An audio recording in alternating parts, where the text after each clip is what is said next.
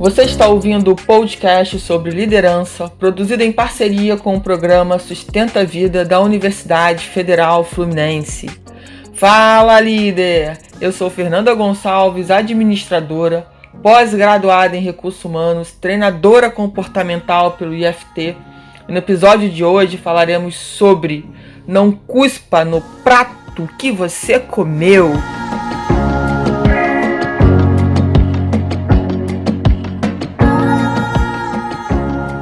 Quem nunca ouviu esse ditado popular?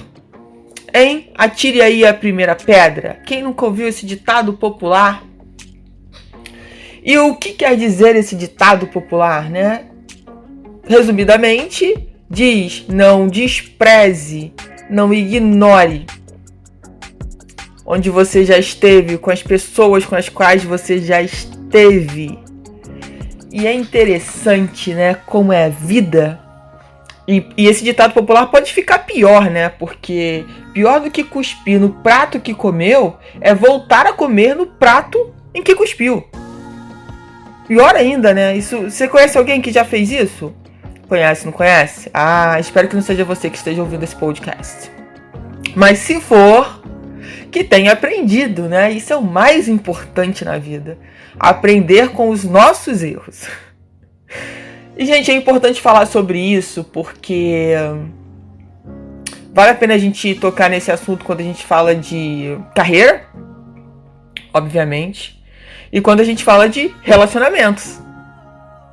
É muito natural, por exemplo, no relacionamento, quando alguém termina, e quando eu digo natural, não quer dizer que é o mais certo, mas é muito natural as pessoas saírem falando mal da outra. Então, se você foi a pessoa que terminou, ou que foi a pessoa que foi, entre aspas, abandonada na relação, você começa a falar mal daquela pessoa para todo mundo. Aquela pessoa com a qual você conviveu dias, meses, anos da sua vida. E aí, por causa do término, você começa a falar mal o tempo inteiro daquela pessoa. Aquela pessoa não tem qualidade nenhuma. E até que ponto isso verdadeiramente é bom para você? A mesma coisa acontece quando uma pessoa é demitida de uma organização, ou até mesmo aquelas que pedem as contas. Aí saem e ficam falando mal daquela organização para todo mundo. Em que isso agrega para sua vida, para aquela organização? A gente precisa refletir muito sobre isso, porque há uma tendência natural da gente fazer isso. Ou porque a gente está chateado, ou porque estamos magoados. Aquela pessoa me feriu, ou aquela organização me feriu, enfim. E é natural, não o certo, como eu já disse, que a gente acabe, né, falando as coisas para todo mundo, como se isso fosse diminuir a nossa dor. Então o que a gente precisa refletir nesse processo é se isso está correto, se você tem a consciência. Talvez ali no automático, na raiva ou na dor, você até fez algum comentário ruim sobre a pessoa, sobre a organização. Só que será que não está na hora de você ter uma consciência sobre o que você está falando? Afinal de contas, você ficou um tempo com aquela pessoa. Afinal de contas, você também trabalhou um tempo naquela organização. E agora, porque você não está mais naquela organização, naquela empresa, ou porque você não está mais com aquela pessoa, você se vê no direito de cuspir no prato em que por tanto tempo comeu?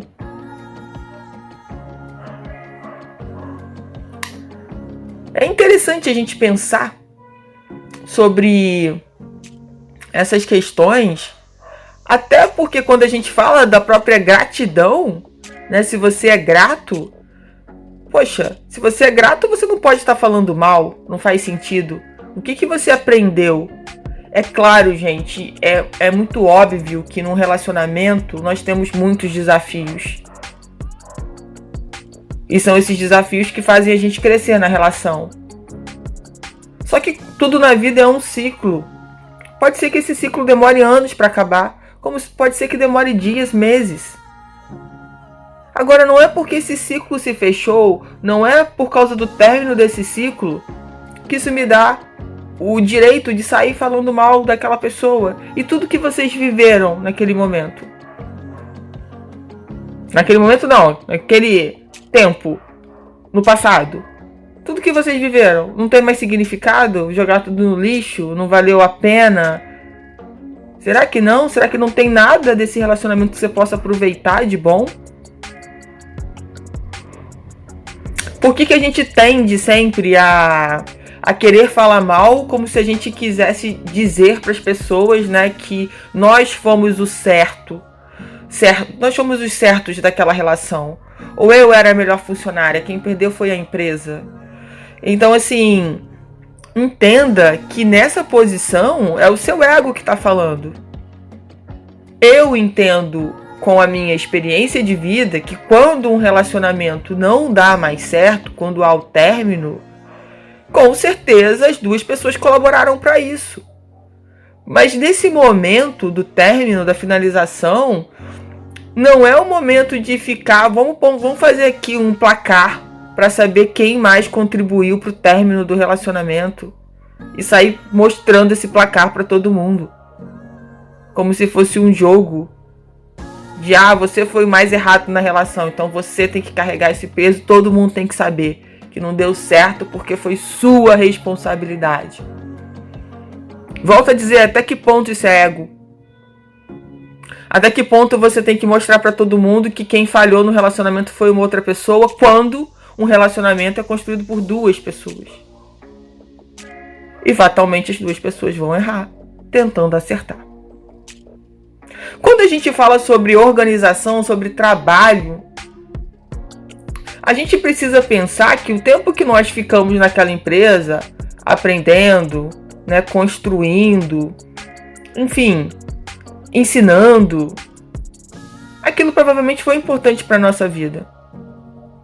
E não é porque você não está mais lá que aí você começa a detonar os pontos fracos daquela organização. Porque, obviamente, nenhuma organização é perfeita. Até porque nós que criamos as empresas, nós que formamos as empresas, e nós somos seres humanos imperfeitos. Não existe empresa perfeita. O que vai acontecer nesse processo de busca é a gente alinhar os nossos valores com os valores da empresa. Mas pode chegar um momento que não haja mais como fazer esse alinhamento, não faça mais sentido. E aí uma das partes fecha o ciclo. Que pode ser você como empregado pedindo para sair, quanto a empresa te desligando.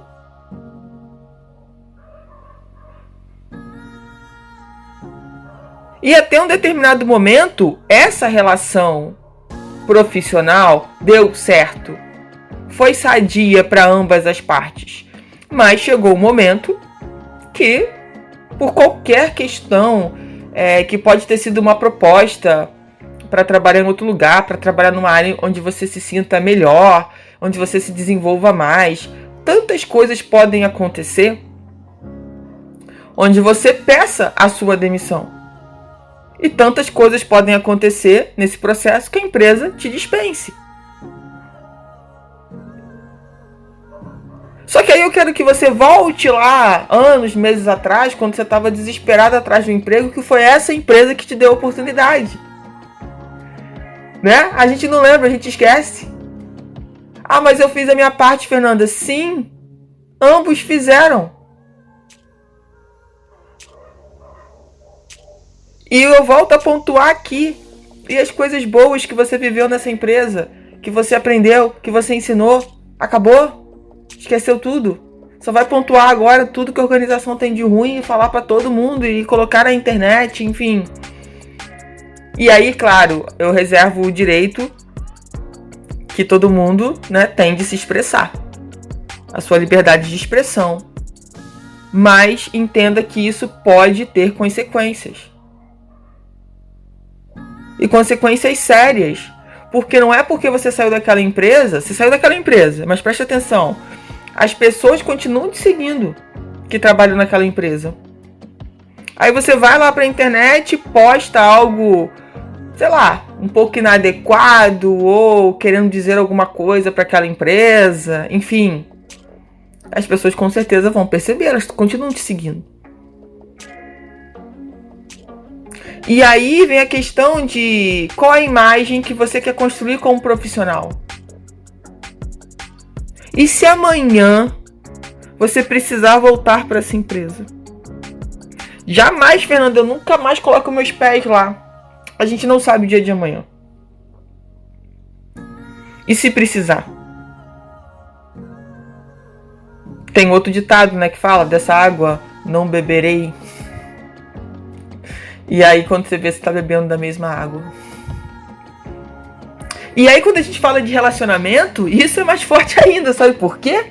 Porque você fala mal da pessoa e imagina que meses depois você descubra que você ainda ama essa pessoa, depois que toda a raiva passou, enfim, que as coisas ficaram mais claras, que você consegue enxergar melhor tudo que aconteceu naquele momento e que você pense, eu quero voltar para essa pessoa.